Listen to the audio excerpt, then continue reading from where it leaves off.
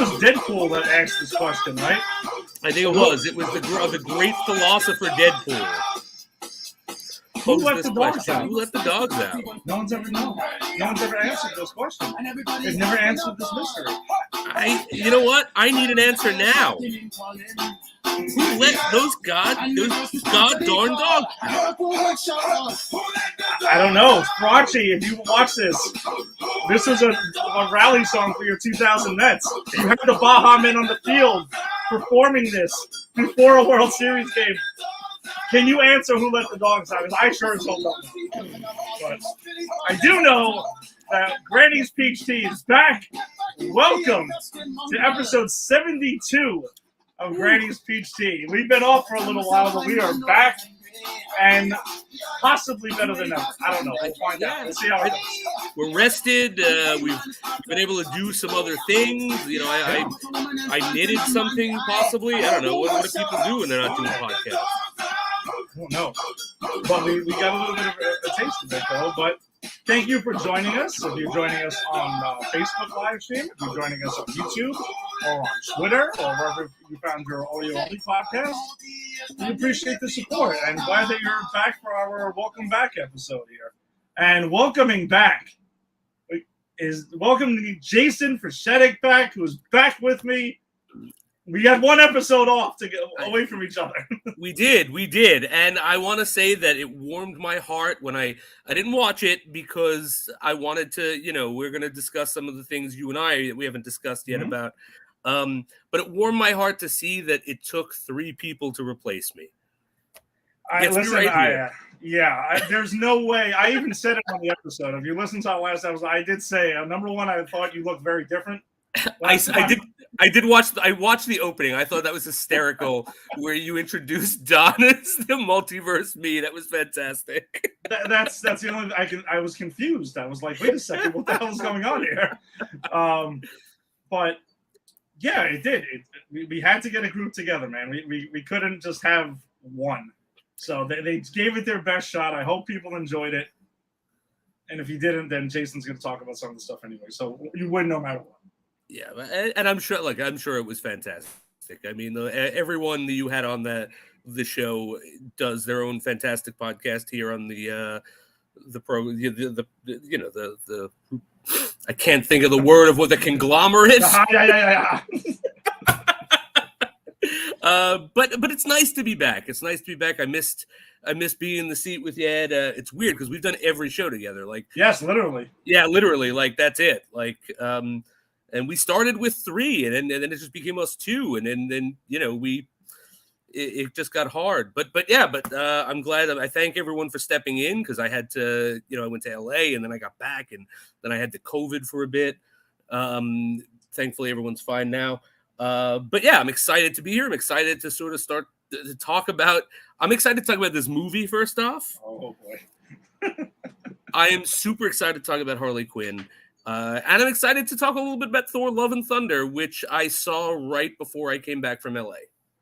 All right, but you had a good time in LA? Everything was good because it was a blasting heat wave here.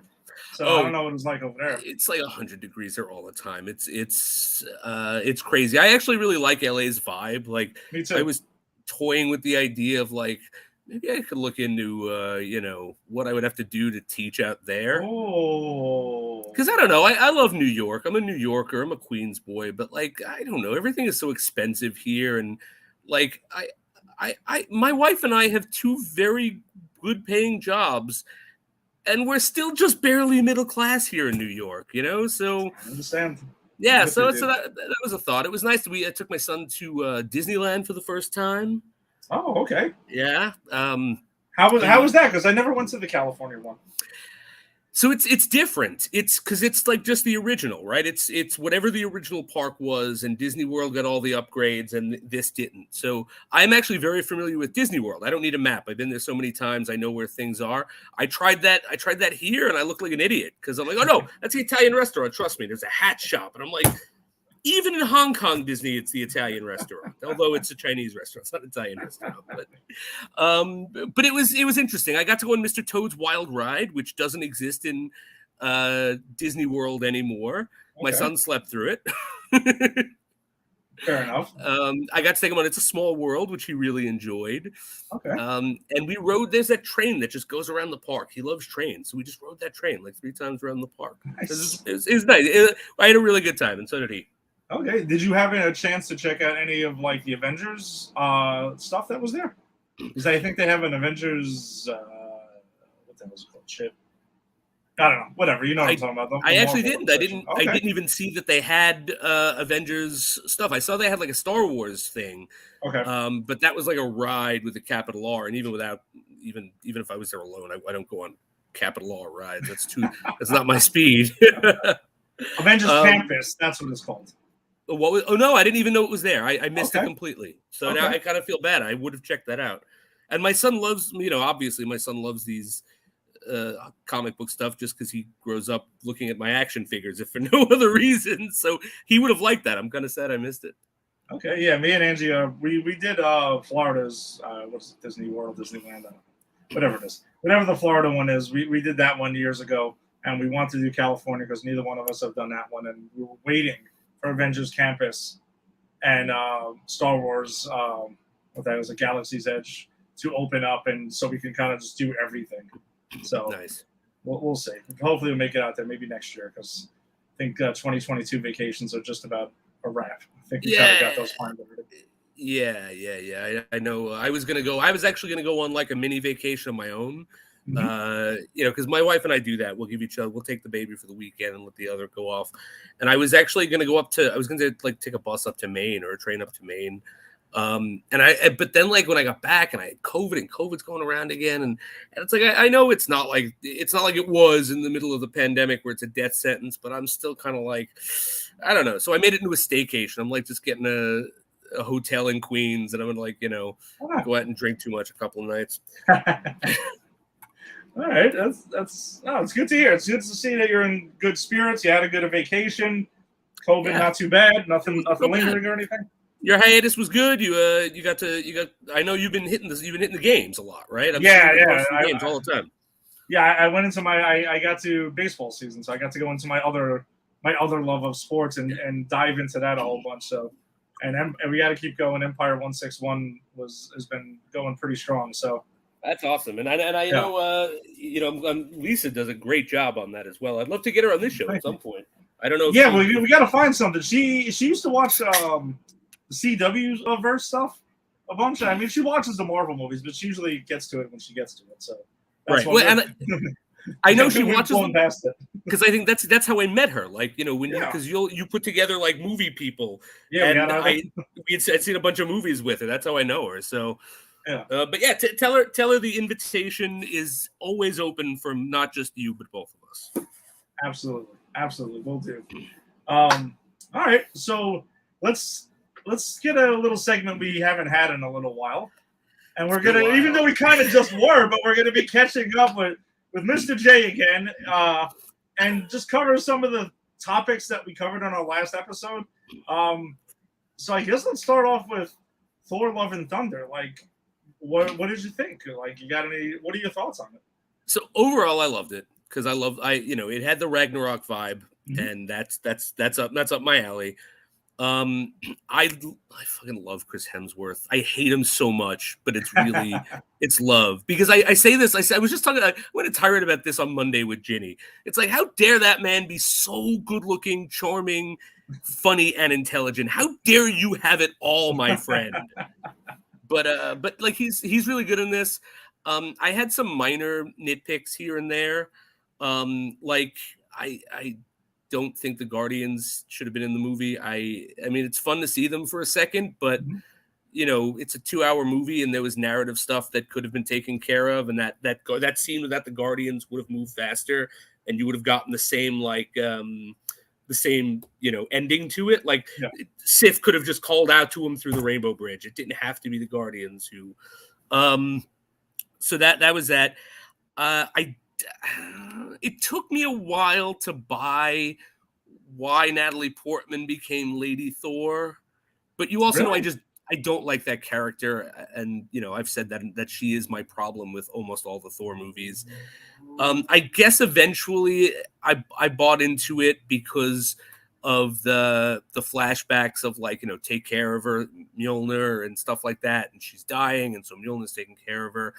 But I was just kind of like, it's kind of a stretch, but whatever. It did what it needed to do. I thought tonally it was weird that she was dying of cancer in this comedy.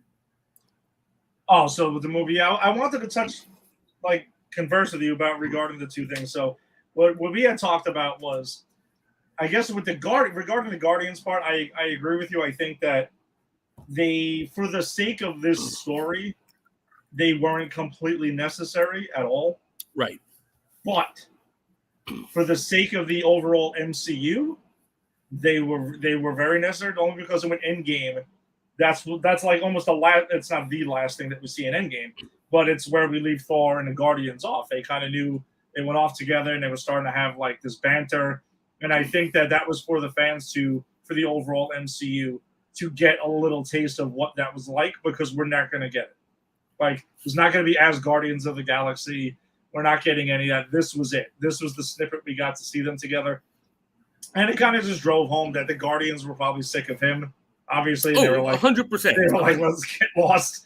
And he, in some ways, I thought he was sarcastically kind of like, in some ways, done with them as well. So I think they kind of both, the relationship ran its course. So they were just like over each other. Right. I just think that either the Guardians should have been a more pivotal point, and then their leaving meant something, or they shouldn't have been in it. Like, what's that? It could in Guardians 3. No, but I mean in this movie. For like, I get that they're always setting things up, but if you're giving me a 2-hour movie and you're taking 15 minutes to set up another movie, then it's like pacing wise I might like it in the next movie, but pacing wise for this movie, then it kind of feels like it's not their best work of twining in a story for a future story. They've done it in these movies, I think, way better and way more seamless.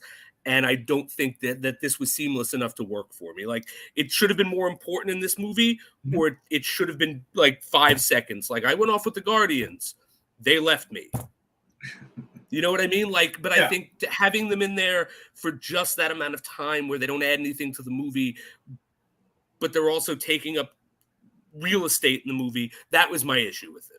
Okay. And that's totally a fair criticism. I was just playing devil's advocate on both sides of it. But when we talked about it last episode, I did say, if I had, part of my critiques was the Guardians really not have anything to do with this story, but I understood why they were in it just because of the MCU, and that's really it. So if this wasn't part of a connected universe, they really serve no purpose whatsoever. Right. Yeah, exactly.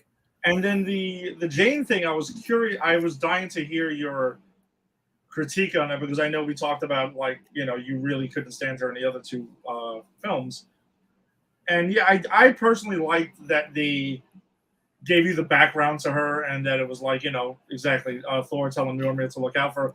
But I also do think they drive home the fact that she also was worthy. It wasn't just a protection cloak, right? If you want to call it something like that, because he even states that she made him worthy. Because it's true though, when they first meet in the first movie, the whole point is that Thor isn't worthy anymore. Yes, that's true. Yeah. So it's a nice circular thing. And to be honest, I don't have any problem with her in this movie. I just was like, Mjolnir calls to her and then reshapes, and like, as it was going on, I was kind of like, all right, this is kind of a stretch. Her being worthy, not a stretch. I buy that completely. Like, had she gotten the hammer in a way that, to me, I felt, it was just, but all that aside, I actually did like Natalie Portman a lot in this. This was, I think, she really actually does a great job as Jane Foster in this. I think she's a great female Thor. I think she looks great. I think the action's great. And I think the comedic bits where they're playing Thor Mjolnir like exes, and his hammer, like, where his new like war axe is the current. Oh, Stormbreaker. Yeah. So yeah, especially he comes into the shot like floating. So I just couldn't stop laughing at that. Yeah, when it comes into the shot and the edge is focused at him like it's looking at him. I thought that was hilarious. So yeah, I mean, it was I had minor nitpicks. I mean, overall, I loved the God Butcher. I'm hashtag God Butcher. I'll tell you, my only problem with the God Butcher not butchering enough active gods, man. He's going after, this guy's going after dead gods, gods no one cares about. I want to see God Butcher versus Jesus Christ, man. I want to see it. Throw it down, man. Because if you can't take down the big dog, then you have no business going to eternity and trying to take everyone down. Just saying. So one of the nitpicks that I had in our talking about it was the fact that I love the idea of him giving the kids the power of Thor temporarily and all of that. But when has that been a thing? Actually, I don't read Thor comics, so I was going to ask you that. But when in the MCU has that been a thing? He's never done that. And it surprised the hell out of me when I did it. But I think at that point of the movie, like, I was kind of like, all right, there's a thing Thor does now. I mean, that's what I wrote it off as. But I think it was upon the second viewing I started, because the second viewing is when usually I would start nitpicking a little bit more. Right. And that's when I was like, man, could you imagine when they were fighting Thanos, this would have came in handy? Right? Or maybe like in any time he was with the Avengers, like perhaps Black Widow and Hawkeye would have liked to have the power of Thor in the Battle of New York. That's true. I mean, and I was going to say that maybe it's just as Guardians, but they very pointedly show that there are non-Asgardian alien kids there. Mm-hmm. And they also, so you're right. That doesn't make sense. Yes. Now, again, I like the payoff of the kids kicking ass, and I love that whole thing. And Heimdall's son, that was really nice. Heimdall's son, Axel. Axel, yeah, he was pretty funny. I enjoyed him. Which I at first was going to nitpick on this movie, and then I did a complete 180, and it's a boon for me because I figured out why it makes sense. But Asgardians being embroiled in 80s and 90s culture as they are, I was like, well, this is just because Taika Waititi likes these songs and they work great, right? But then I'm thinking like, well, wouldn't it be kind of funny because they set New Asgard up as like, you know, as if it's like a European country in America, right? And so it was like there is that gag where other countries are always like 10 to 15 years behind in like pop culture than America. So then when I kind of went through that, I was like, oh, if that was their intention, that's really funny. That's a good. Honestly, I didn't even think of that. That is a great point. That is an absolutely great point. Yeah. So how did you feel about where they left off? I mean, Thor has an adoptive daughter now, which is his daughter. I'm not sure if you were aware of that, but it's Chris Hemsworth's daughter. Oh, really? Yes. No, I didn't know that. Yeah, no, apparently in the movie, Hemsworth's kids are in the movie. Like, his daughter is his daughter now. And his son played him as briefly when he was running in the beginning of the movie, and Korg is telling the story. One of the younger versions of Thor was him. And what Taika Waititi's kids are in this movie, Christian Bale's kids are in this movie, Natalie Portman's kids are in this movie. Like, apparently it was just like everyone's bring your kids to work day. And that was it. You know, I'm here for it, man. I'm fine with that. Look, we have Hollywood nepotism anyway. This is like the eugenics nepotism. You get all the most talented people together and then let them nepotize their children, or whatever the verb is for nepotism. So I don't know. I kind of found that like somewhat adorable that now he gets to like him and his daughter get to like, you know, Stormbreaker and Mjolnir just go ahead and they're Love and Thunder. Which I didn't even see that coming as the name of the movie. I didn't either. I thought it was just literally like a metal thing to say, like a heavy metal, like Love and Thunder, you know? Yeah. I like the kid. I like that payoff. And I'll tell you why, because Thor doesn't defeat the God Butcher. Let's be clear. Thor fucking loses outright. Yeah. And the only reason that the God Butcher relents. Well, two reasons. One, they've destroyed the sword. He didn't defeat Hela either. He what? He didn't defeat Hela either. In Ragnarok either. All right, good. That's a good. You know what? Maybe Thor isn't the superhero he thinks he is. But what I love though is that what he does do is accept defeat, go to spend his last moments with love. And then makes the God Butcher a promise, and it's the promise fulfilled, right? His whole problem is he devoted his life to a God who is a fucking shitbag. Like, honestly, I am happy he murdered that God in the brutal way. I should have tortured the shit out of him more, because as he literally comes up, his woman, his daughter is dead, he's dying, and this God's like making fun of him and telling him how useless he is, right? So, but the promise of that God that was not fulfilled was, I will take care of your daughter. I will take care of your offspring. I will make sure she survives, right? And then the way Thor wins is he makes and keeps that promise, even when he doesn't have to. Absolutely. And I also think that that's part of, because the other criticism that we discussed was, and I guess I could ask you about it now, is some of the criticism was, oh, wait, well, Gore is on his mission and killing gods and everything like that, and then suddenly he gets to eternity and then randomly changes his mind at the end. What was your interpretation? Because I know what mine was. It wasn't sudden and it wasn't random. I think the sword that he picks up, it very clearly, they say it is controlling him. It's changing him, right? It's making him evil. It's making him want to do this. That's right, Tim. And so they needed to get rid of that sword, and that's why it works. The Necro Sword. Because with the Necro Sword, no, none of what they say or do matters. He runs Thor through with the Necro Sword before he makes his Eternity Wish, because the Necro Sword is controlling him. It's a manifestation of his grief over his loss, not just his daughter, but his tribe, his world, his faith. Literally, his faith was mocked by his own God.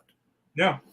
And so, the Necro Sword is a manifestation and a symbol of that sort of harboring that hatred and that anger. And when they take that from him, it frees him up. So I don't think it was sudden at all, because I forget who it was. I think it's Jane says to him, "You could just wish your daughter back." And you see that moment where he didn't think of that, because all he was thinking about was his revenge. But without the Necro Sword, yeah, maybe that does make a bit more sense. But I'm dying. What is she going to do? Oh, well, this God will fulfill his duty of a God, which is the whole point of this movie, of gods not fulfilling their duty to their people. Mm-hmm. And he will protect and take care of what is you have cherished in return for you making this wish, and he then has to put faith in Thor. Like, I don't think it was a quick turn at all. I think there were multiple steps, and I think a lot of it had to do with the symbolism of what was going on with that particular character. I also think he had his faith restored in a god in Thor, because he saw Thor was not selfish and willing to sacrifice himself for Jane. Right. So I think the combination of what you said and what I'm laying out here is what won him over and made him, flip the whole script there at the end. And I think the other thing I heard, and I didn't get to talk about this when we covered it last time, was, so if Thor and Sif knew that eternity existed the whole time, or Valkyrie, why didn't they just do that to get Thanos back? They didn't need to do the whole Infinity heist and everything. They could have just went to eternity. I think the key to that is what Zeus, Russell Crowe Zeus, by the way, which I'm sitting there going, is that Russell Crowe? No, that's not Russell. Is that? No, I think that's Russell Crowe. No, it can't be.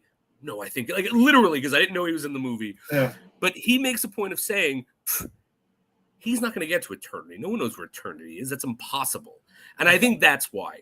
I think because if you would have asked Thor or Sif or anyone who knew about this in any of the gods during the Thanos saga, they'd have been like, that's a fucking fairy tale we made up. That's not real. Yeah. You can't actually do that. And I think the whole reason that the God Butcher's doing it is because it is a mission of faith. It's the Holy Grail. Right. Okay. It's his verse. So that's why, like, I don't think it's like an oversight. I think it's sort of like it's like saying, well, why didn't we just pray hard enough when 9/11 happened to stop it? Because because that's not what happens. That's not the real world works. So I don't think it's an issue. Okay. You got anything else on Thor before we talk about the other two guys? talked about how much I liked Christian Bale. I talked about Thor. We got to see Sif. Sif's got she's missing an arm now. That was interesting. And then Hercules. Yes, I knew there was something. That's why I was stalling.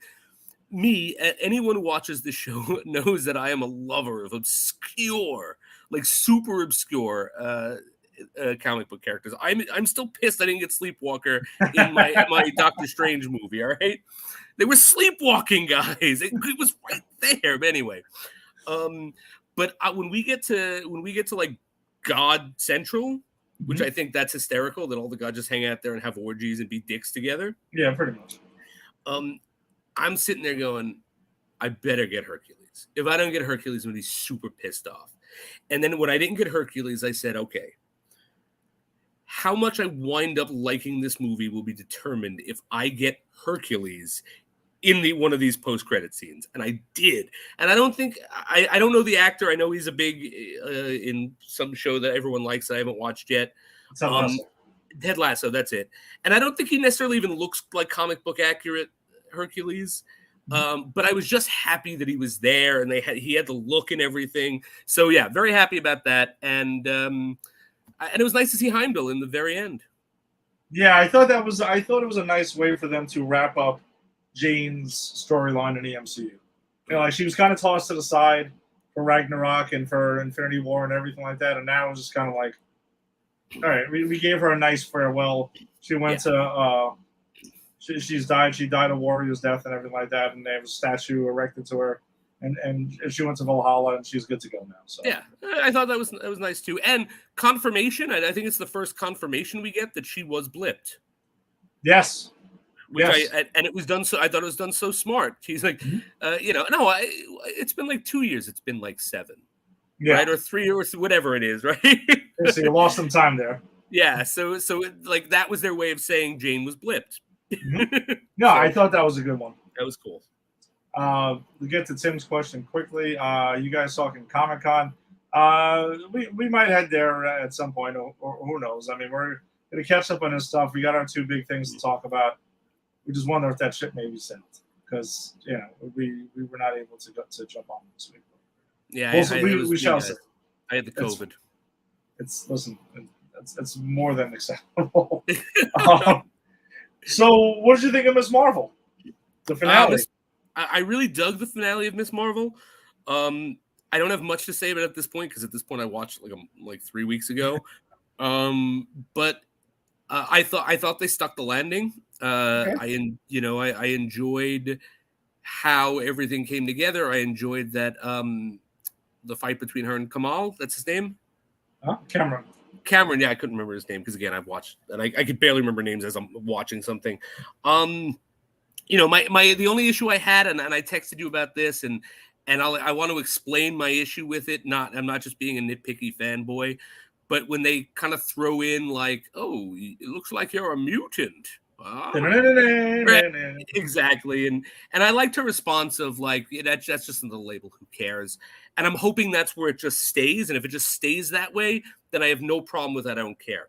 My concern is, she was not in the comics. I know originally she was supposed to be, but then she was not a mutant. She was an Inhuman, and.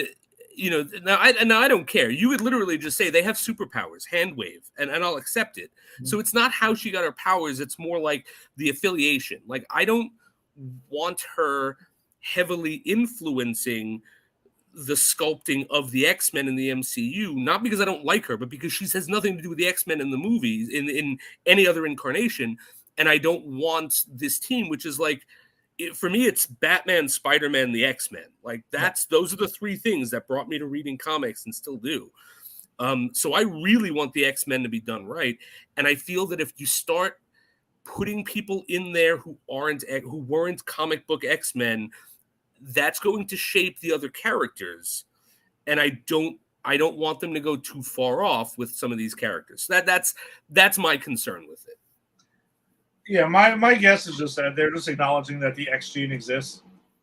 And that's what I'm hoping it is. Yeah, that's what I think it is. I think she's still not gonna be a part of the X-Men, or she's not gonna be anything like that. I think she's definitely be part of the Avengers, and she'll go down that route and everything.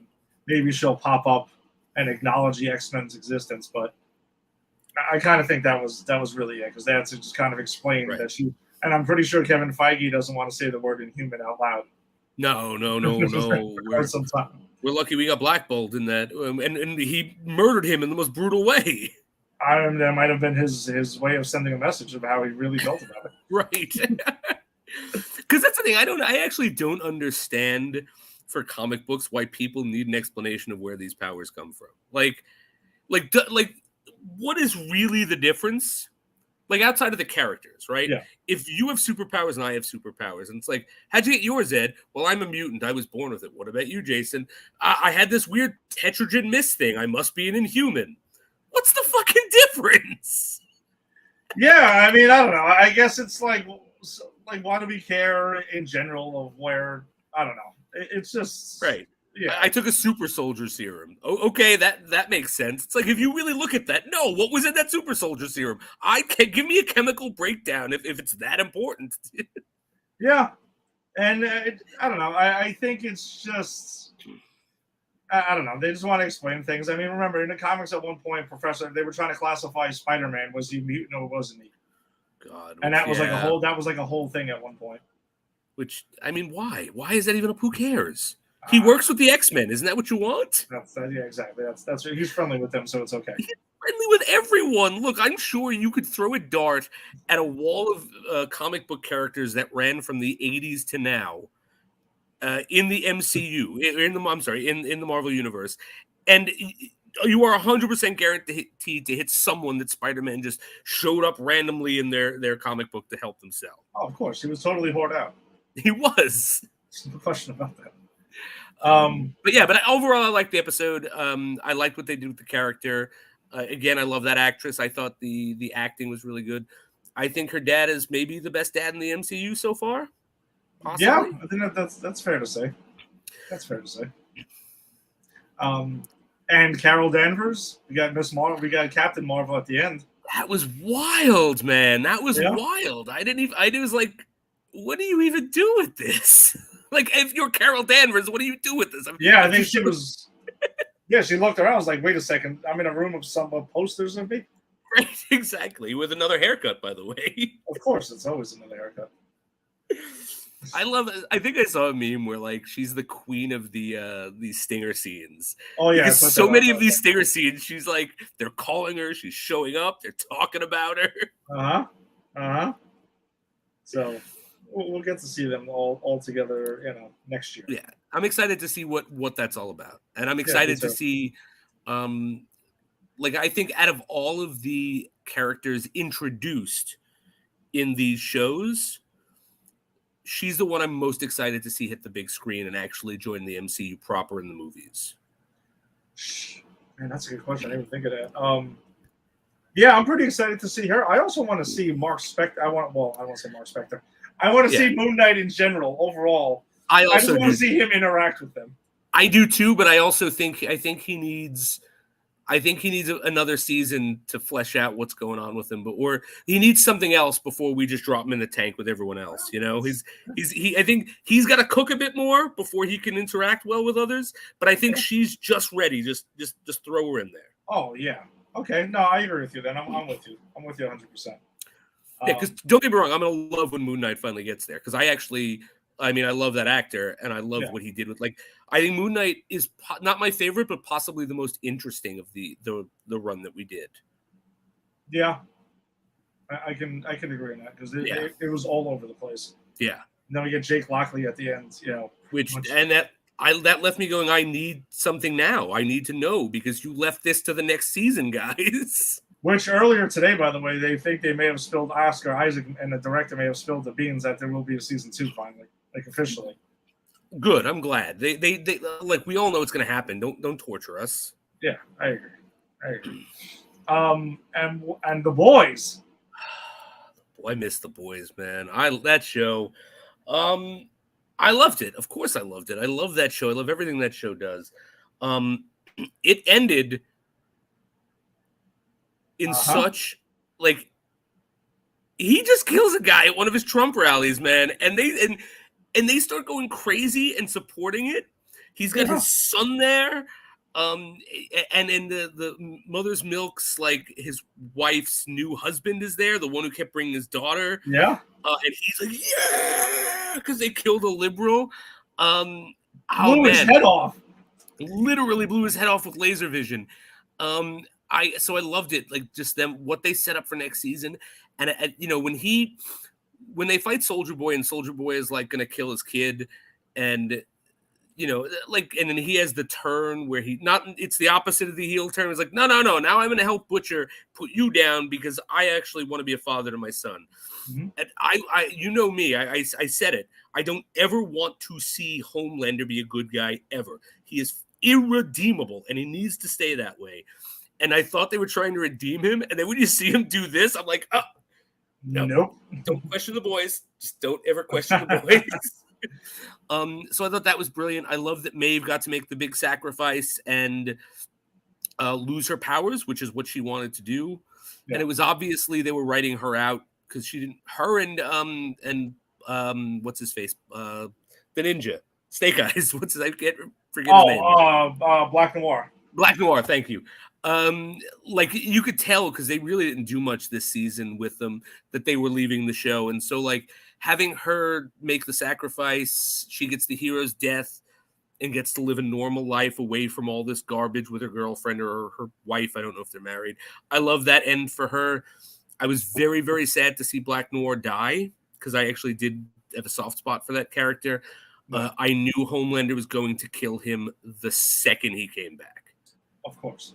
And one of the best moments in that episode is when Homelander walks in to the Deep and A-Train, who again let me down. I've got to stop thinking A-Train is going to do something that isn't shitty.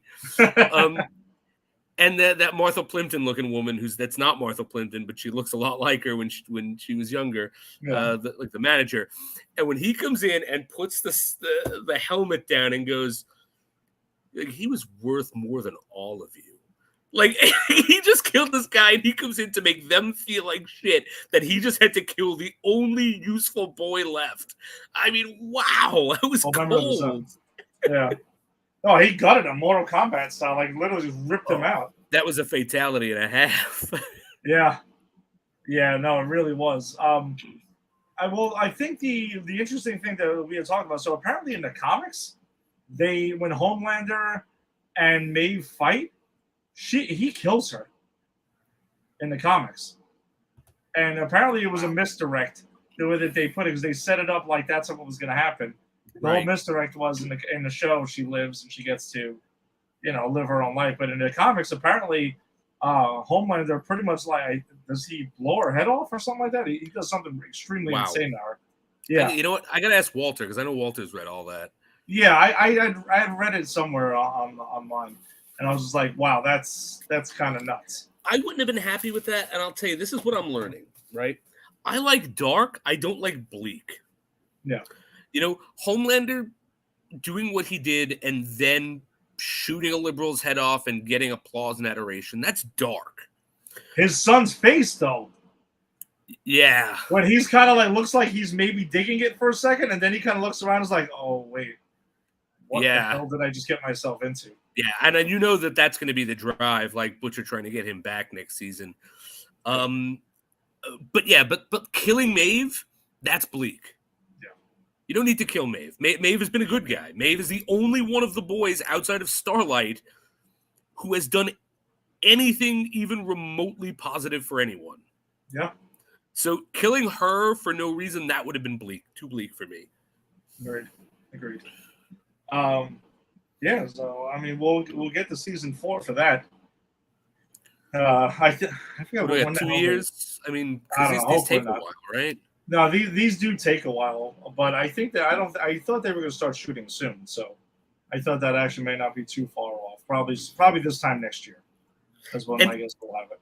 And I think once The Boys is finished, whenever that is, I think the MCU needs to get some of these people in there. Like I think Homelander would have. I don't know who I'd cast Homelander as in the MCU, I'd say the DCEU, but that's quickly collapsing in on itself more and more each day. I guess we do have to talk about that at some point, right? Yeah, I think maybe we should address that after we talk about, because we're gonna be talking a whole lot of DC shows. Right. So we probably should.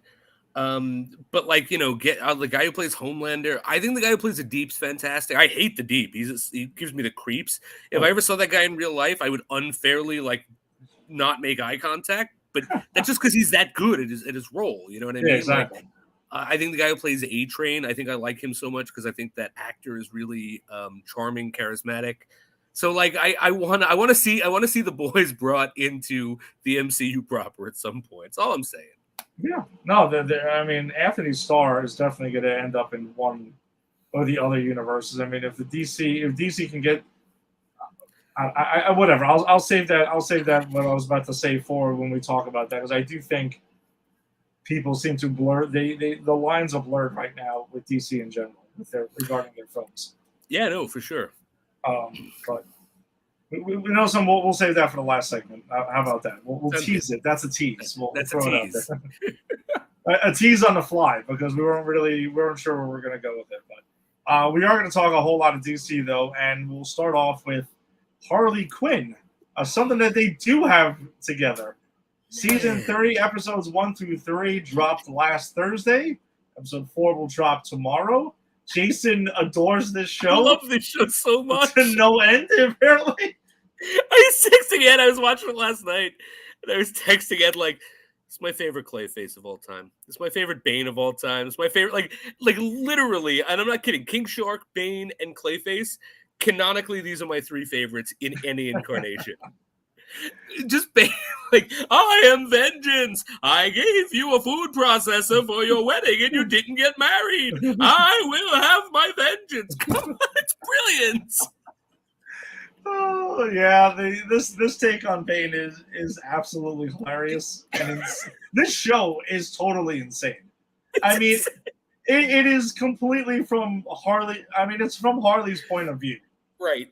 And I think that's the important part, because you know me, I don't like variations on my Batman lore, and I hate this Jim Gordon. I hate the way he's portrayed in all of these seasons. Of course, Batman does not look so good. Nightwing is a little crybaby, we see, right? But then I have to remind myself, this is through Harley Quinn's perspective. This is how she sees these people, and yeah. It's just the heroes are all idiots all of a sudden, and right, and it's hysterical. And if you just go with it, if you just buy the ticket and take the ride, and don't do what I do when you watch Batman stuff and start nitpicking lore because you're an obsessive compulsive about it, because it means way more to you than it should. You'll enjoy it because it's just so much fun. It is. It is a lot of fun, and I think that's. Yeah. I mean, the first episode of this season opens up with a sex scene between who we think is Harley and Ivy, but in fact, it is a porno parody of them. The actresses who are in this porno parody play a pivotal plot point at the end of this fucking episode. Did not see that coming at all, by the way. Not either. And Ivy and Harley are watching this and eating junk food in the Fortress of Solitude, and they are chased out by Superman's dad, who shows up and is like, does Kal-El know you're here? Yeah, he totally gave us the key. I don't think he did. I'm calling him. You can't be here. Oh, we're not. They get their couple name, Hyvie. Yeah. You see that Harley is an obsessively crazy girlfriend, which makes complete sense. Of course she would be. Yeah, of course. It was our ninth day anniversary, our 18th day anniversary. You can't throw that away. I gave it to you for our 7th day anniversary. And so then they get a call that King Shark and Clayface were arrested. And it's a trap set by Gordon, which doesn't matter because they use the porn stars to distract them as they get Clayface and I like the fact that the cops are going ahead and taking pictures with them and getting their autographs. Like, oh, we're huge fans. And then I think my favorite line is, I think one of the the cops says to the Harley Quinn porno star, "I loved you" in the drilling joke. Yes, that was great. That was great. Oh, I mean, it was just so funny. And then as they're getting their friends, someone comes out and shit talks Ivy, which we of course even from behind, I was like, that's fucking Amanda Waller. That's of course. it. And by the way, hashtag give me a Suicide Squad made by these people. Oh, that would be. They have to make it like a full appearance. I mean, I want a whole show with them made by these people. I know they're doing a Kite Man spinoff. Okay, which is very happy because I am Kite Man Jr. today. That's my name. Kite Man. I like Kite Man in that third episode where him and Ivy have that very real reconciliation at the wedding. I thought that was beautiful. Yeah. So Amanda Waller gets taken, and they send in pretty much the A-listers for the Suicide Squad are out doing something important, so they send in Plastique. There's a line, "Please, James Gunn, sit on me." That comes in. Yeah, the fact that James Gunn is in this show as James Gunn is priceless. And I didn't even talk about it, but the whole plot of this episode is Ivy wants to revitalize her Garden of Eden, which was a plan that she was doing when she wanted to destroy the world and take it over with plants. And Harley gets it all destroyed by kidnapping Amanda Waller, who just made fun of Ivy. That totally is on par. It's on, yeah, it jives. Then episode 2, we get Nightwing, and Nightwing returns on the same bus as Harley and Ivy coming back to Gotham. They have that "What's with your voice" convo, which I thought was hysterical. Harley reveals that 60% of her personality is from the movie Jurassic Park. So upset that Ivy hasn't watched it, apparently. How have you not seen Jurassic Park? That's like 60% of my personality is based on that movie. And I love the movie Jurassic Park. Yeah. But how I need to see the breakdown of that 60%. And then of course there's the Bane. I gave you the very expensive pasta maker, and they didn't get married. Vengeance. Well, Bane goes to a store to buy explosives because he's gonna blow them up, and he apparently his credit card gets declined. Yes, he goes to the Home Depot for supervillains. Yes, because shit, who the hell was it that was online behind him? Oh god, I must have written this down. Was it no, it wasn't Clock King, because we find out apparently Clock King is in a relationship with the Riddler. They were up for best couple, and the Riddler is played by, I don't know if you ever watched that show Community. It's played by Jim Rash, who played the Dean in that show. Okay. And so he's just really funny. So just getting to hear his voice in this was fun. Calendar Man. That's who was there. Calendar Man, because I didn't write it down. Calendar Man. Let's see. So when they're gonna do the whole thing is Ivy is in charge, right? Harley's like, you know what? I'm gonna be the good girlfriend. Ivy's the plan maker. Ivy's gonna be in charge, and Ivy's whole plan is, it doesn't even matter. I don't even care what the plan is. What I care about is my favorite line in the movie, in the episode, where she's going through this is the plan. And they're like, all right, but what if this happens? She's like, all right, it's in the plan. Just look at the plan. But what if they do this? It's in the plan. Look at the plan. Clayface goes, what if there's a guy who's not supposed to be there, picking up an extra shift, about to propose to his girl, and he just quit smoking, but he keeps one on him for the smell for when he gets nervous. And she's like, yeah, that's not going to happen. And then when they're riding in and you see him I'm just picking up an extra shift. I'm not even supposed to be here. And that whole plays out, and that's what foils the plan. Oh, man. Brilliant. And then so the whole thing is teaching Ivy teamwork. It's capped off with a Riddler's escape room, which forces them and the Harley's gang and the Bat family to work together to escape the room, which I thought that was super cool. Oh, all right. Again, Bane. You know what? I didn't put down the calendar man, but I did put down Bane's response when they took his explosives away. I will take the full fury of my business elsewhere. Yes. I feel like he yells it like 3 or 4 times in that episode. I mean, how is this not everyone's favorite Bane? He's the best. He's the absolute best. Let's see. You can't put a price on bespoke Vivian Westwood, which is some Sex in the City reference they do. Because Bane bought her dress in the movie. Yes. They find out his credit card charges, and they wonder if he's depressed. Right.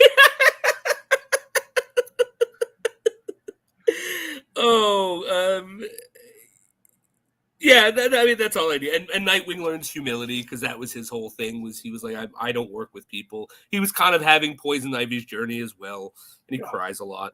And then season 3, the gang moves into episode 3.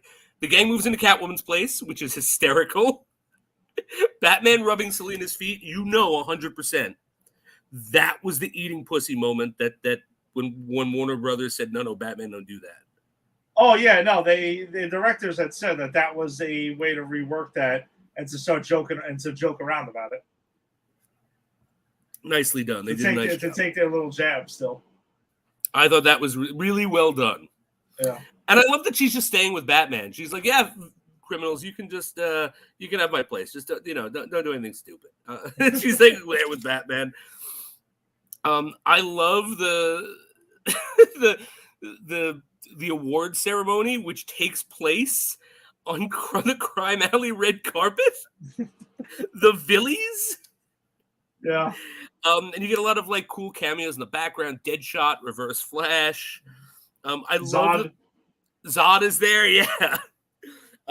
Riddler and the Clock King is openly gay couple, which I love, and they're vying for best couple, and Harley and Ivy are also vying for it, and Harley has won it multiple times with the Joker, and the Joker is hosting this. Yes. Which of course there was also Cock King that apparently was there as well, who was a big rooster. Oh yes, I didn't even catch that. Yes. Even the Joker's like, oh my god, you're a rooster. That's actually what the hell does he say? I don't know, whatever. He pretty much says that that's really special. That's there. Wow, I didn't expect that. That's right. The whole award ceremony thing with the Joker, where it's like him brutally murdering Jason Todd, and then it becomes like a dance number or something. Yes, it was brilliant. We get Sinestro, Solomon Grundy, and Kevin Spacey name dropped. Mm-hmm. We see the Reverse Flash. We see Killer Frost. We see Maxie Zeus. And then you get the fucking Joe Chill Award, man. Yes. there was a lot of I don't know. There was a lot of acknowledgments of a lot of lore that's in there, and the fact that the way that they're twisting it, I thought was just hilarious. And the fact that DC lets them do this. And look, it's the smartest thing DC is doing with its property right now. So, yeah.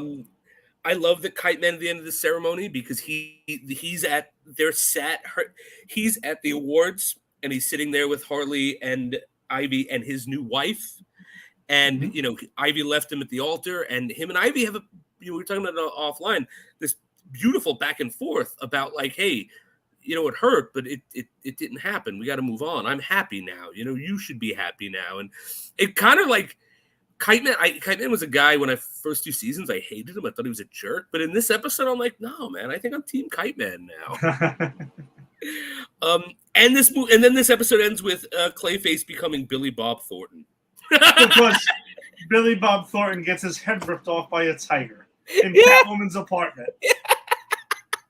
And yes, and then Clayface goes ahead as Billy Bob Thornton and is working with James Gunn on a Thomas Wayne documentary.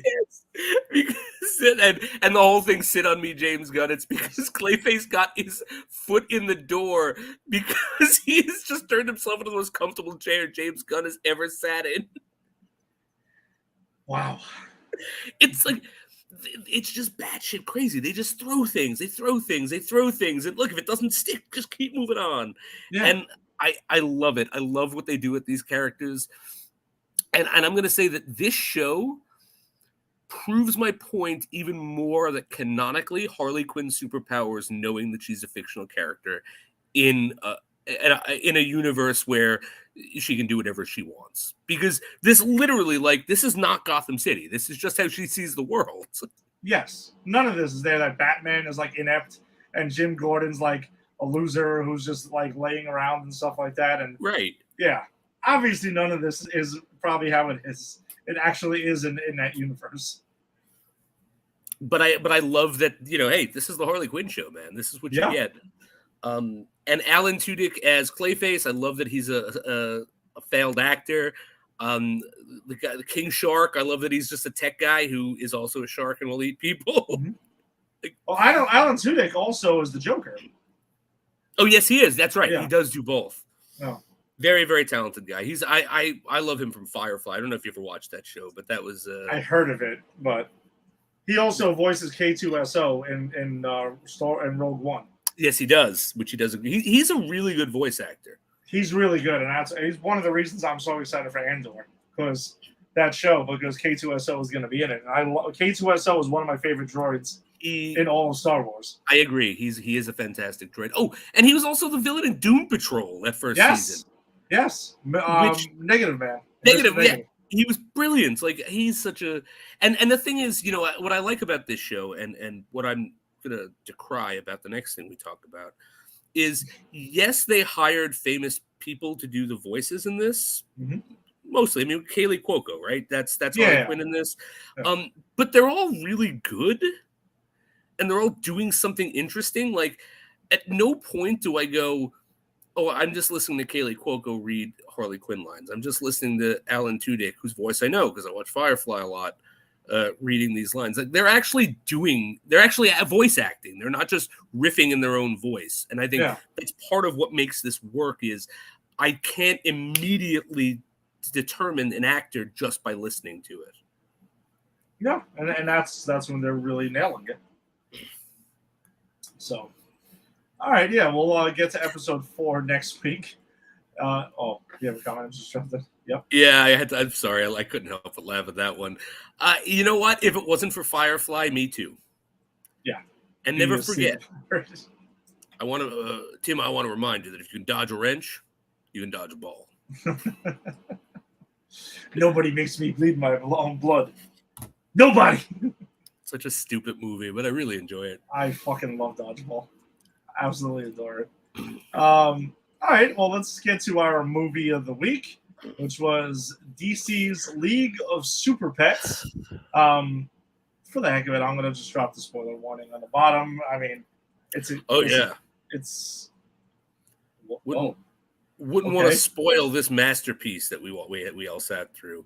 I didn't expect this to happen, but I guess we are having a third guest who was, I guess, she may be scraping at the door to talk about DC's League of Super Pets. At the door! Tim, were you scraping at the door to talk about DC's League of Super Pets? Yes. I'm here to the dogs. I'm here to talk about the dogs. Well, before you mentioned the dogs, I mean, can you answer the question, though? Uh-oh. What's the question? Oh, you know the question.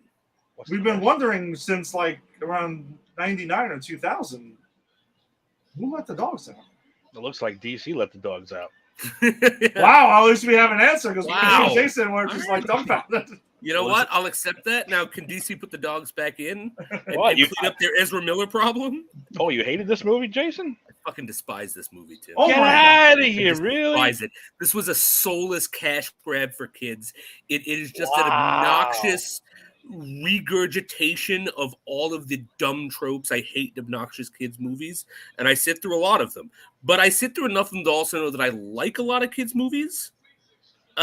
This was not one of them. I didn't care about any of these. I we'll get into it, but I despise this soulless cash grab from Warner Brothers. Wow, I'm shocked. I guess I should just go. I'm about to tell you how much I liked it. Hey, look, dissenting opinions are always welcome. How on the show. tables have turned. All right. I mean, Jason, you already kind of just let the cat out of the bag there. The dog's out. He let the dogs out. You let the dogs out. You might as well start us. I mean, I guess you might as well start us off. I mean, you obviously did not like the movie. I did not. There was nothing like. So I'm going to say that this. I told you this off the air, Ed. This movie, it had started in me, which we've started as a society already, and it was inevitable. Superhero fatigue, where you just get so inundated with something, in this case superheroes, that you start to get fatigued. I watched this movie yesterday going, I need to stop watching superhero movie stuff for a bit. I'm kind of getting sick of it. Like, what was this movie? I'm supposed to believe the fucking Justice League's taken down by guinea pigs? Get the fuck out of here. My suspension of disbelief it's way too much. And by the way, Kate McKinnon doing a really great Brain impression from what this character originally was, the Brain from Pinky and the Brain, the Animaniacs. Great impression there. And another one that I knew it was Kate McKinnon right away, because it was like, hey, Kate McKinnon, you just riff. Hey, you guys just riff. You're just riffing. You're famous. Everyone's going to know your voice. Just riff. It was fucking obnoxious. Wow. I hated oh guys, it wouldn't be real fun if we brought in the Batman Lego joke where he's introspective, except it's not a Batman Lego movie. But we're gonna steal their joke though. Isn't that fun? Hey, all of the animals are gonna be obnoxious and annoying. Don't you want to spend time with them? They won't be characters though. They won't. Don't mistake. They won't actually be characters. You'll get Crypto as a character. You'll get the Brain as a character. That's all you're getting. Everyone else is just you didn't like Ace. Gags. Ace is which one? The Ace is Batman's dog, essentially. No, I did not. I did Kevin not Hart. at all. I like Kevin Hart. I did not like. What was that character's thing? I want to be free, so I'm gonna lie to everyone. Now we're all free. Well, we're not gonna help Crypto because he's a dick. Oh, I guess we will because we got to teach him the lesson that don't be a dick. Because that's the message of this movie, guys. Don't be a dick. That's the message. That's a real good message. I said it to the Amazing Spider-Man. Yes, and how much did we love those movies, Ed? No, I'm gonna say right now, I will watch this movie 10 times over before I watch either one of those things ever again. Yeah, but that's like asking me if I want to break my pinky or break my thumb. It's like wow. Neither. I don't. Neither of them are pleasant. I guess I would take the hour and a half one. So, which I guess would be this one, but I think that it falls on a lot of these tropes where we're gonna have a tense moment and then everything's gonna be loud and then we're gonna make a joke and it's like there's every fucking kids movie is out that gets put out uses so many of these tropes and it's just like if you're gonna take these characters and you're not gonna do anything new with them, then you're just gonna add to superhero fatigue, and. Again, I felt it was a soulless cash grab that its only purpose was to get kids in the seats to make this. That's it. Okay. All right, Tim. Before we get to you, I'll share my thoughts on it then. I didn't love it. I enjoyed it. I did. I enjoyed it. I also don't watch as many kids movies as you've been watching recently, so I think that's fair. Or Tim has watched in the past because Tim has 2 kids. So maybe that's also why I don't really know about all the tropes and all the other kids movies. Like I don't watch hardly any actual Disney movies or anything like that since I was like a kid. I watched Big Hero 6. I thought that was fun. We watched like Secret Life of Pets. Me and Angie would go listen, obviously it's a dog thing. That's why we keep going to go see these things. And that helped with this. So I don't know. I didn't think it was outstanding. I thought it was. I had fun with it. There was a family behind us that had like 2 kids, and they were giggling and enjoying it too. So maybe that added to my enjoyment of the film. They weren't really like chattering throughout the whole thing. I got a kick out of Keanu Reeves as Batman. I guess essentially, and John Krasinski as Superman, and the fact that the Justice League getting taken down by guinea pigs, I knew what I was walking into. I was walking into a kids movie, so I knew there's going to be goofy things, and maybe that's why I set myself for just totally rolling with whatever happened, as long as it wasn't boring. But I actually thought Ace's story about why he got put in a shelter. I'm not gonna lie. Me and Angie talked about it afterwards. I'm not gonna lie. That actually hit a nerve, and we were actually like a little choked up at that point. It was sad. I thought it was genuinely sad because, and Tim, like we've heard stories of dogs kind of getting the shit end of the stick where and even Ace saying that the family did the right thing, they were protecting their kid, but yet the dog kind of gets thrown out. Meanwhile, he saved the kid's life. That whole thing, I bought into it. I thought that was cool. I thought that moment had a lot of heart. A lot of Kevin Hart. Oh wow! I wasn't even going for it, but yes, I thought it did. Sorry, I couldn't help myself. I'll be quiet now. Saying, you hear all those stories about dogs that kind of like get shit on like that. So, and my old dog Bernie kind of got something like that, and that's how she ended up with us, thankfully. But that's maybe why it hit home right there. So I don't know, whatever. I had fun with it. It was a goofy kids movie. There were the John Williams theme being in it. I thought was kind of fun and things like that, and the squeaky Batman and squeaky Bruce and all of that. I don't know. I thought I was okay with that. Jason or Tim, did you guys stay for the post-credit scenes? Yes. Okay. Fuck no. Okay. So there's a mid and there's a post-credit scene. The mid has to do with like Lex Luthor and like the guinea pig and meeting up with Lex Luthor and getting like get a Lexo suit and all of that. The post-credit scene was Black Adam and his dog showing up and The Rock voicing pretty much everyone in the scene. Now that was funny. No, it was funny, but I'll agree that's the cash grab. That's the cash grab right there. Don't forget Black Adam's coming out in a couple months.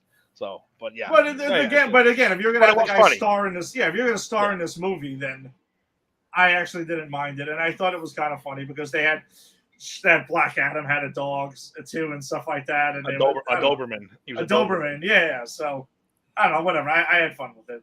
That's what was. He's trying to justify the fact that he hurts people and kills people, and Crypto's like, Ace is like, dude, you're a villain. No, I'm an anti-hero. I do this. That sounds like a villain to me. No, you don't understand. He goes, no, dude, you're a villain. Like you're straight up a villain. that was the funny part of it. Yeah, I thought that was funny. It was actually kind of smart because that's what. Isn't there a scene in the preview for this where someone has that conversation with him? In the preview for Black Adam. Black Adam. Where there is an exchange of like, So I'm Hawkman. So if that was an intentional sort of echo of that, I will at some point never watch this movie again, but I will look for that on YouTube when it is available. Just YouTube it. I'm sure it's out there or whatever. But I thought it was funny because it was also the joke that we've all been saying is Black Adam's a villain. Black Adam's a villain, not an anti-hero. So I thought it was being a self-aware joke that was there. So I don't know, whatever. I think kids will get a kick out of this movie. I thought they'll have fun with it. For us, not so much. And I want to be clear, kids get a kick out of anything. What my son now makes me watch, because he likes to watch the characters do stuff, is this bootleg 24/7 stream on YouTube where I think Russian or Eastern European guys, I think they are in Russia or Eastern Europe, just sort of dress up as these characters and fight and do weird, obnoxious stuff.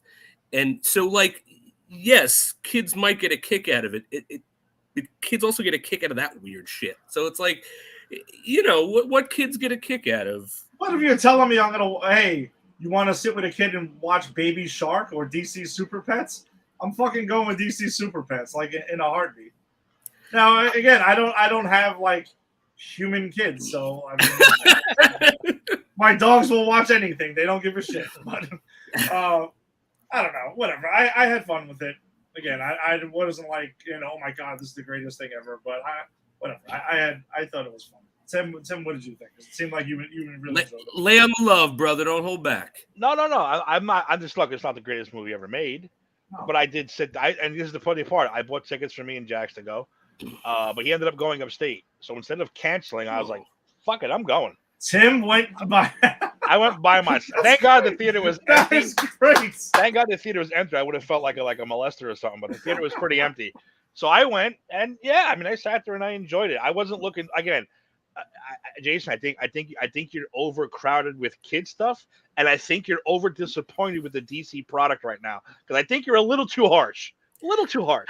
I stand by every like That's I okay. get why I people agree. like it. I But I agree. stand by every word I say. Look, this is a movie starring the Dwayne the Rock Johnson, who I fucking defend in Rampage, Tim. I defend that man in Rampage. Well, you shouldn't do that.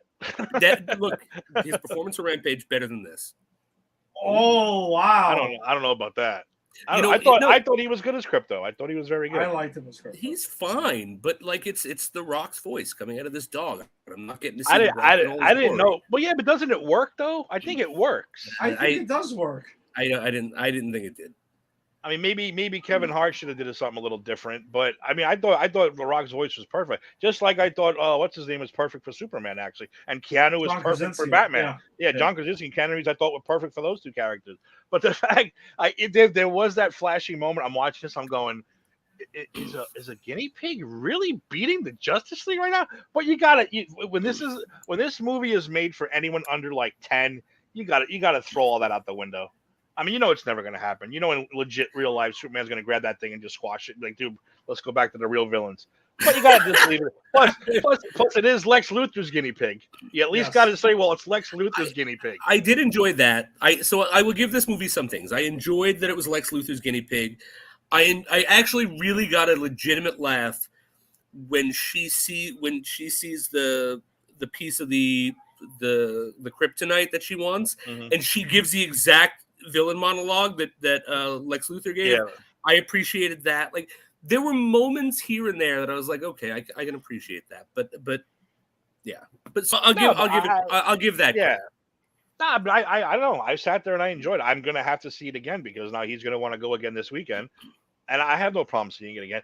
I understand what you're saying as far as the voices go. But I didn't know that was Kate McKinnon until the credits. I had no idea it was her until the credits. Right away. And also, just one more thing to point out, since we're talking about how, because you guys are making the point that this is made for kids, then why do we get 3 bleeped curses? Dude, that was funny though. I mean, but in a kids movie, like that's the thing. That's for the kids. Yeah, well, Jason, I'll agree with you on that. I think that was maybe confusing, but I also. Well, maybe that was the bone for the adults. Here's the bone for you. Yeah, Tim, that's what you know. That's what I was gonna say. I think there's in these kids' movies now, the ones at least that I've seen, there is bones thrown in for the kids. Like Lightyear has some stuff that was thrown in there, and I know I just mentioned that I don't watch like kids movies. Then I've seen Lightyear and DC Super Pets in the last like 2 months. But that's also Regal Unlimited. So I'll almost watch anything that I'm remotely even close to fucking interested in, and I'll just go watch it. So. Yeah, I thought it was, but I do agree. It's a little tonally confusing that you're going to throw that in there, and I'm sure a kid's going to be like, what was he supposed to say? And then, or whatever. Or if they knew, they'll start giggling and be like, right. Oh. Like, I think the actual clever thing that they did with that was when, but they didn't, this is not what I'm talking about, where the Kate McKinnon character is about to curse at Superman, and you cut to his looking at her, and it just sounds like a gerbil making gerbil noises because he doesn't understand. That I thought was clever. But I'm talking about that turtle literally gets 2 shits muted. Yeah. Mm-hmm. Now, if you're talking about changing your voice, that's the one I have the problem with, was the turtle. What's her name? What the hell's her name? Natasha Lyonne? Oh, yeah, Natasha. Yeah. I mean, her voice is exactly the same in everything now.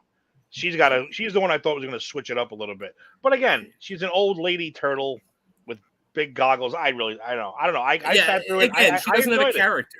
Yeah, but you know what? I sat and enjoyed the fact that they all got matched up with their pets at the end.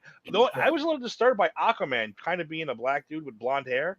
I'm like, why'd they make that choice? Just make him, I don't know. He was like a weird looking, he just was really weird looking to me. I think they were trying to go for as close as to like Jason Momoa as they possibly could. Well, they failed miserably then because it really didn't look like him. But I really enjoyed again, I know it's getting old, like you said, Jason, with the Lego, especially with Lego Batman. But I like the fucking brooding, when they make fun of brooding Batman, you know, I work alone except for Robin. And the guy who Morgan Freeman played. And I like that joke too. I thought was a great funny. joke. That I thought was Yeah. funny, actually. But again, that's a joke borrowed from another movie. Like that's a Lego Batman joke. Like I think that's just Batman now. I think that's just that's the running Batman gag at this point. That's the gag when you do an obnoxious children's movie. But again, that's what I'm talking about. It's these tropes. Like if I went to see this and I saw them trying to do something fresh or different, even if it was for kids, I would have had different opinions. So it's not even that it's just a kids movie and I don't like what they did. I just feel that a lot of what they're doing is borrowing from shit that's already been done.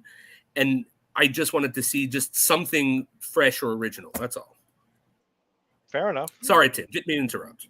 No. It's fine. I'm pretty much good though. I'm done. I mean, I said I did enjoy it. I do have to go see it again, and I mean, if I hate it this time, I'll let you know. But I don't think I will. Tim Jackson's at that age where he's like, I'm past this.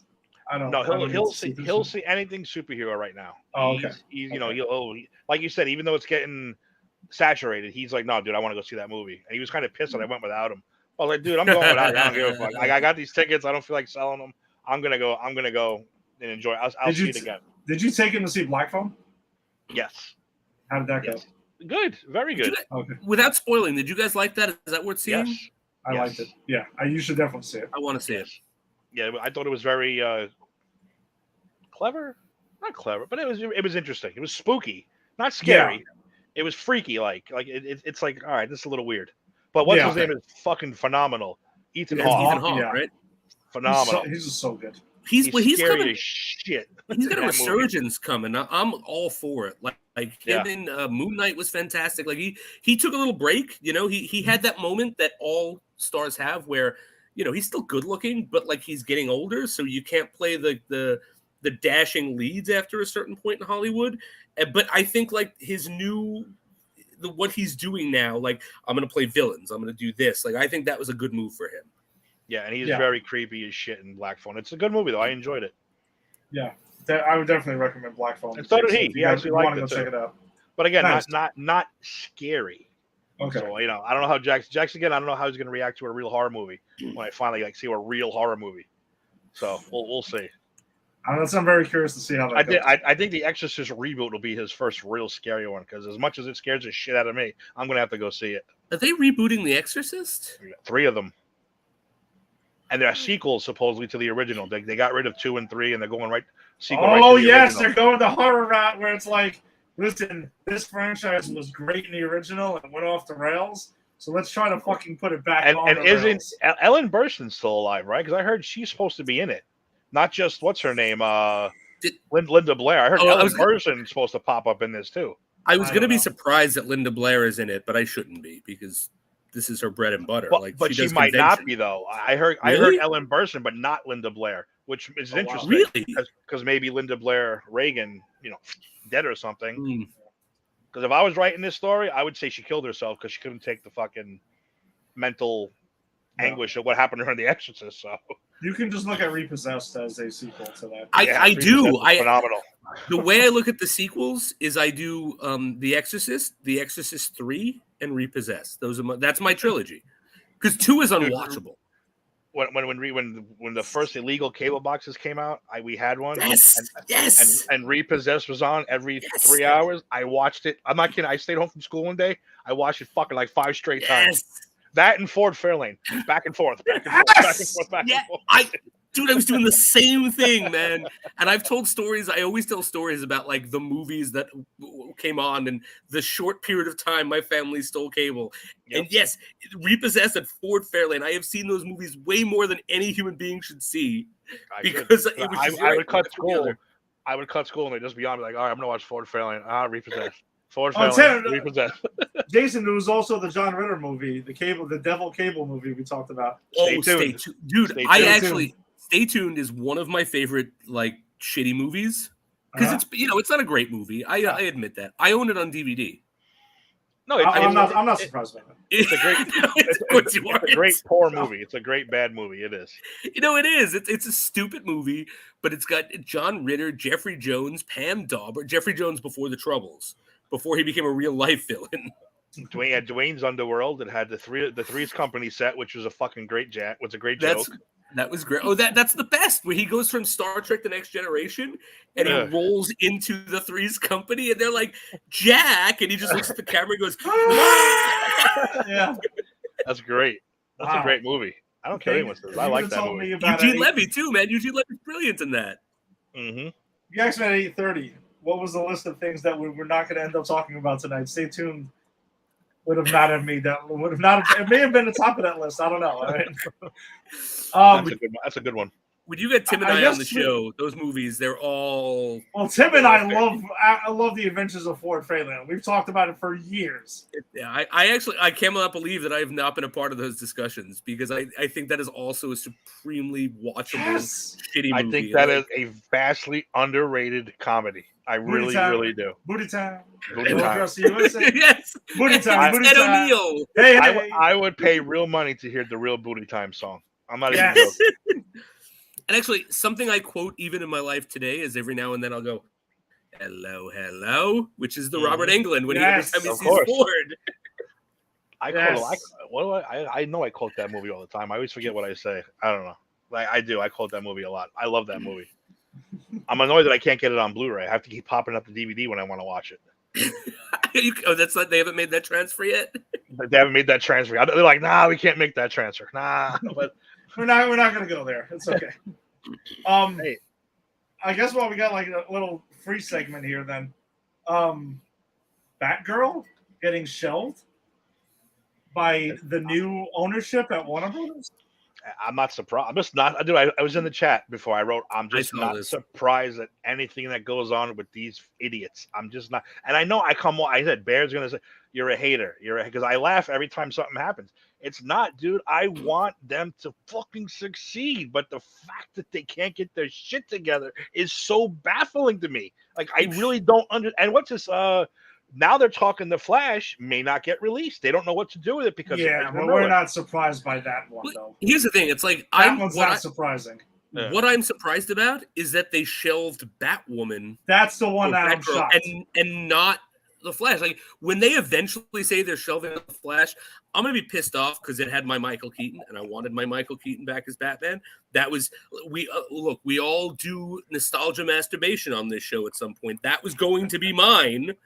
And it might be taken away from me because Ezra Miller is a real life fucking the boys, and he had to go and abduct children, and I hate him so much for it. But anyway, he is A-Train. He is A-Train. He really is A-Train. But I'm surprised like that's not been shelved, and Batgirl is.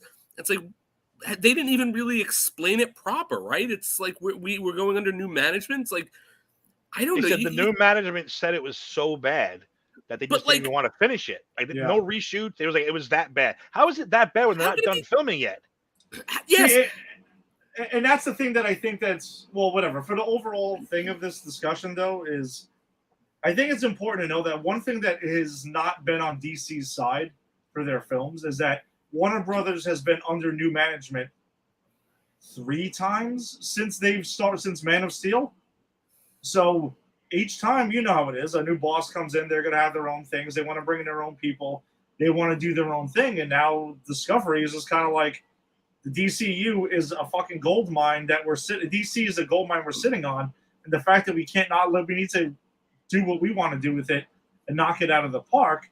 And they probably looked at that's why the Joker sequel got a release date earlier today for 2023 because they're like, well, the Joker, you did a good thing with that. Continue that.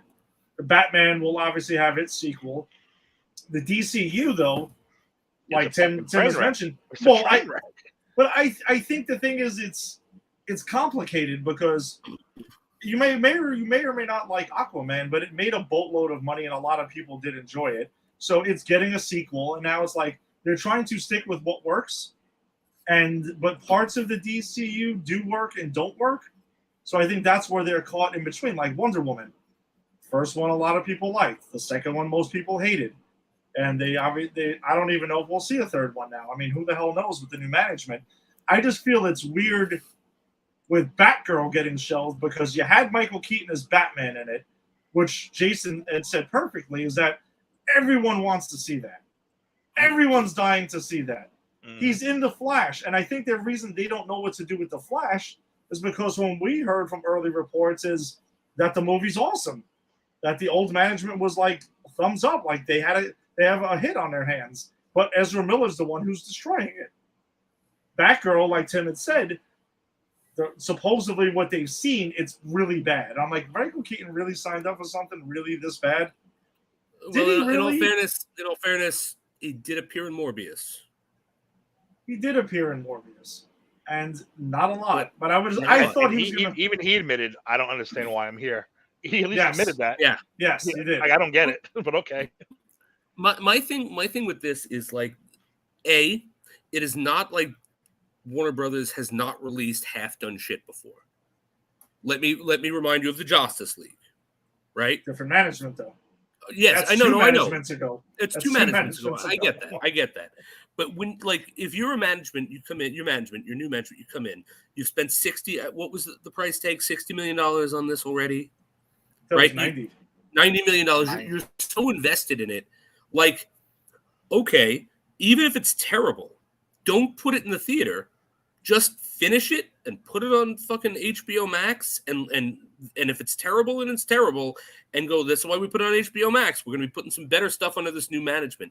I think just shelving it and saying, no, it's terrible. It's like, yeah, a lot of these DCEU movies are fucking terrible, guys. And they're still out there. Like, at least, but as you said, Ed, some people like it. They make money, right? So at least put it out for the fans as a show of good faith. Like, okay, look, this is not the direction we're going. This is what we had. We'll be doing different things. I just think, like, shelving it after you've put $90 million into it, it can't possibly be more lucrative than just releasing it on HBO Max. Yes, and I think people would have jumped on it just to see Michael Keaton as Batman. Yes, period. Agreed. Listen, The Flash costs $200 million. $200 million. You have to release that movie. Yeah. You have to. I don't care how rich Warner Brothers is. $200 million. You will make that money back no matter how many people come out of the woodworks protesting Ezra Miller.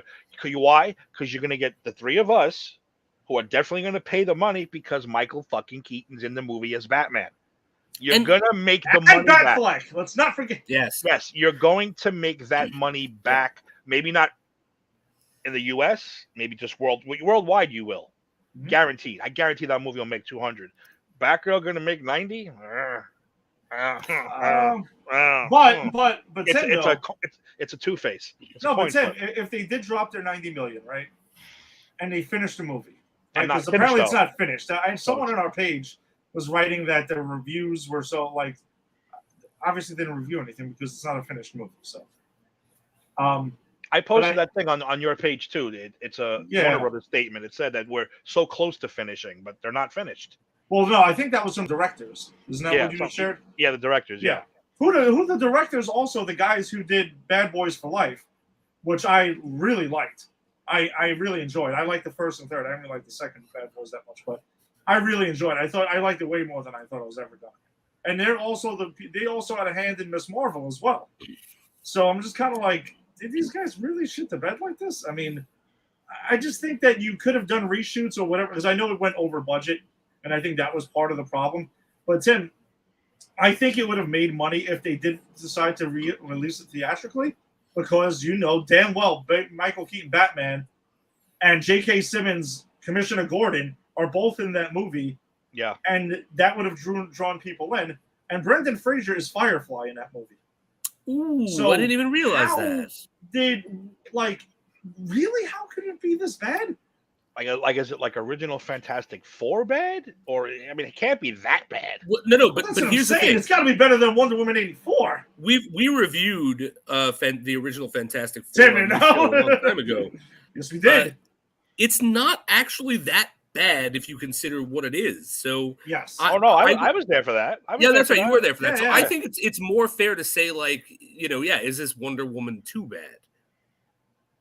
I mean, but you released it. I mean, well, again, old management released it. I think the Discovery management of Warner Brothers is trying to find a way to, like, reset it, or maybe the DCEU part is the part that they are trying to figure out what to do with, because you got Aquaman. They canceled that too. Now, remember the big announcement a week before Comic-Con? Henry Cavill is going to be at Comic-Con. Huge announcement. Well, that was a rumor. That was a rumor. Yeah, and the announcement was that we're canceling the Justice League universe. The whole universe is done. So you have Aquaman, maybe a Wonder Woman, and you got now supposedly Batfleck is showing up in Aquaman 2, because that was supposedly a scene that was shot by Keaton, and now suddenly they were reshooting it with Ben Affleck because the Flash, for continuity purposes, which I'll give them that, is smart because you don't want to have Michael Keaton Batman showing up out of nowhere with no explanation, because then things are going to get really weird.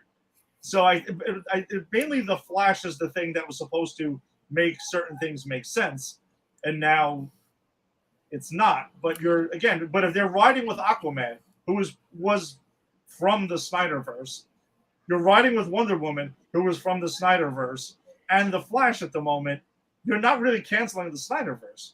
You're just cherry picking what you think worked and still rolling with it. I mean, am I wrong? No, I'm just saying we'll never get another Justice League movie though, unless you recast Batman and Superman, because Batfleck right now is just doing these little cameo things. He's not gonna. I doubt he's coming back for a full movie or a Justice League or anything. I think they're going to stick with Pattinson in that timeline. See, that's the Batman goes from now on. I don't know, man. Well, I was digging the idea of DC films adopting a full-on multiverse like the comics do. I kind of was like, I think audiences at this point are able to accept that and can understand it. You can have Ben Affleck, you can have Michael Keaton, you can have Robert Pattinson coexist if that's really what you want to do. Because you've explained, we all know the multiverse concept now. Even the casuals understand the multiverse concept now. So I think you can kind of rock with that if that's what you wanted to do. I mean, shit, you could even have Christian Bale pop up if you really wanted to. And I think people would be like, okay, whatever. I mean, I understand why he's here or something like that. So, I don't know. I mean, I guess we could also throw in, since we're talking about DC, the trailer for Shazam, Fury of the Gods. I love the first Shazam. I think this looks awesome. Yeah. I was excited about that. I still think Shazam is the best DC movie to this day. Again, the only thing I have a problem with that, I know I mentioned it to you, and I mean, it's not a big deal. I just don't like the fact that there's 6 of them. I think 6 overpowered. They should never lose. Like, I think the whole point is that Shazam is supposed to be on his own, you know, the powers of a god, but the brain of a kid. But now you got 6 of them rolling around with these superpowers. It bugs me. I was hoping that was a one-off, but obviously it's not. Yeah, the Captain Marvel family is like a thing, though. I just don't like it. I don't know. I don't dig that part of it. But I thought the trailer looked cool, and I'm looking forward to it anyway, because I said I really liked the first one. Yeah, I thought the trailer was a good trailer. Yeah. I mean, it got me more excited for it than it was. I think it looks fun. And yeah, Tim, I'm with you. I mean, Shazam, it's probably Shazam and The Suicide Squad are my 2 favorite DCU movies. I'll roll with it. Yeah, because I think for me, I think the Suicide Squad, Shazam was my favorite, I think, but Suicide Squad kind of. Well, no, Harley's above both of those, but you guys know my thing. Come on, you know, I have a problem, guys. I have a problem. Oh, the Harley Quinn movie, you mean? Jason, really? Birds of Prey? Really? I kind of really love that movie. Oh, wow. Okay. I don't know if I'd put it over Suicide Squad, but I would put it over Shazam. Really? Oh, yeah. Man. And there's only one reason that Suicide Squad isn't put over that movie, and that's because Harley Quinn is actually in Suicide Squad. Okay. I see where we're going now. Okay. And look, it's not a sex thing. I want to be clear. It's not like I'm not being creepy. Sure. I just love that character, and I love. She is the reason I like the original Suicide Squad. I just think. Oh, she was obviously the best part. She was the absolute best part of that movie. Yeah, she really was, and I think her and Deadshot. I think well, my only thing I even liked about Deadshot was also really good. But Margot Robbie, I think, just she somehow transforms into this character in real life in a way I never thought I'd get, and so every time she's there, it's electric for me. You know, we talk about, like, I haven't finished The Boys yet because I go to watch something and something else fucking sucks me in. So I go to watch Harley Quinn. Everyone's telling me to watch Harley. I haven't seen any of it yet. Oh, the cartoon? Yeah, I haven't gone. Oh, I think you're gonna really like it. No, but you're gonna hate. Well, not Jason. I think you're gonna laugh at this. Ed, I don't think you're gonna think I'm a weirdo.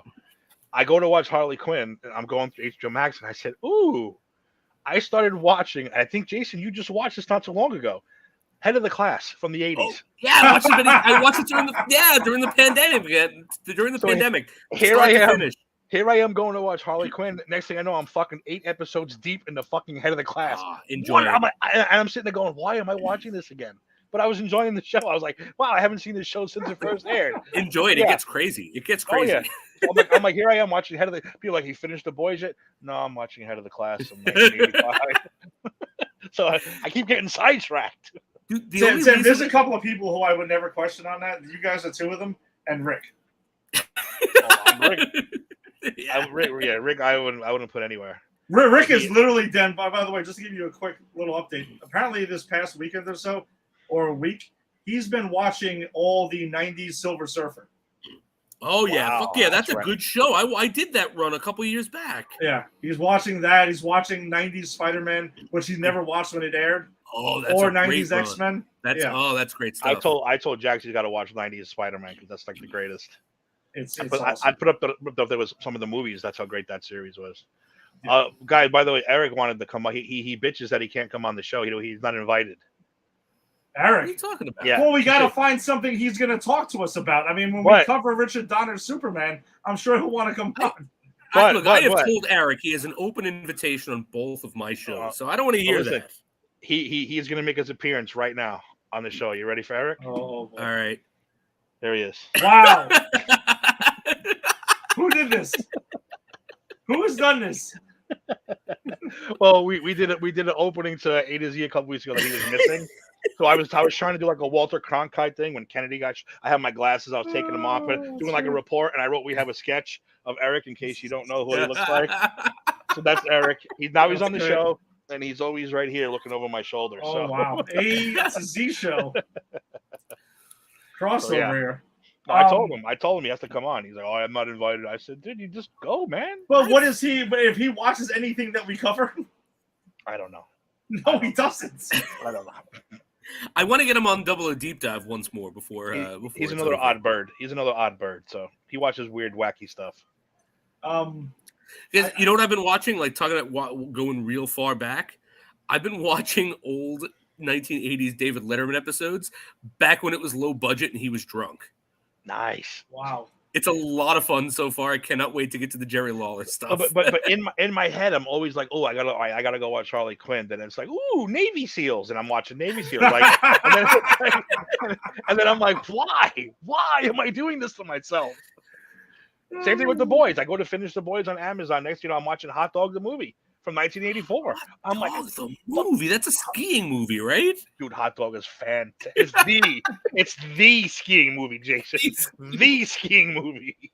Yes. Not Ski Patrol? No, this is the Hot Dog is the skiing movie. 1984. You got to watch it. It's fantastic. Man. But every time I go, I sit there at work. I'm going, okay, focus. The Boys. Let's finish season 2.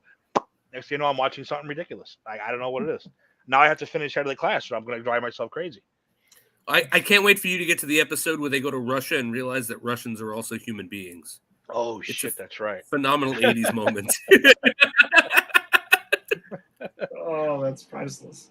All right, so maybe that does do it for us tonight. You don't want to do a Head of the Class deep dive? Ted, I think we might want to shut it down right now. Tim, I think I do want to do that. I'm sure you do. The next era of Deep Dive, that's it. We're going Head of the Class. We go Head of the Class. Tim, you're my co-host. That's it. I'm ready. I'll get an Arvin T-shirt right here. Arvin's face on there. Do you know the guy who plays Dennis on that? The computer nerd. He's like a famous like pedophile now, or possible pedophile. Like, because he went on to become like a producer of children's shows at Nickelodeon. Like Good Burger is him. Like he did a lot of that stuff. I feel real bad now. There's a whole documentary about like the underage girls he worked with who were like, yeah, he paid me $50 to tickle my feet. I'm sitting there watching this show going, that dude's real funny. I wonder what happened to him. Now I know. It's like, all right, he's not funny anymore.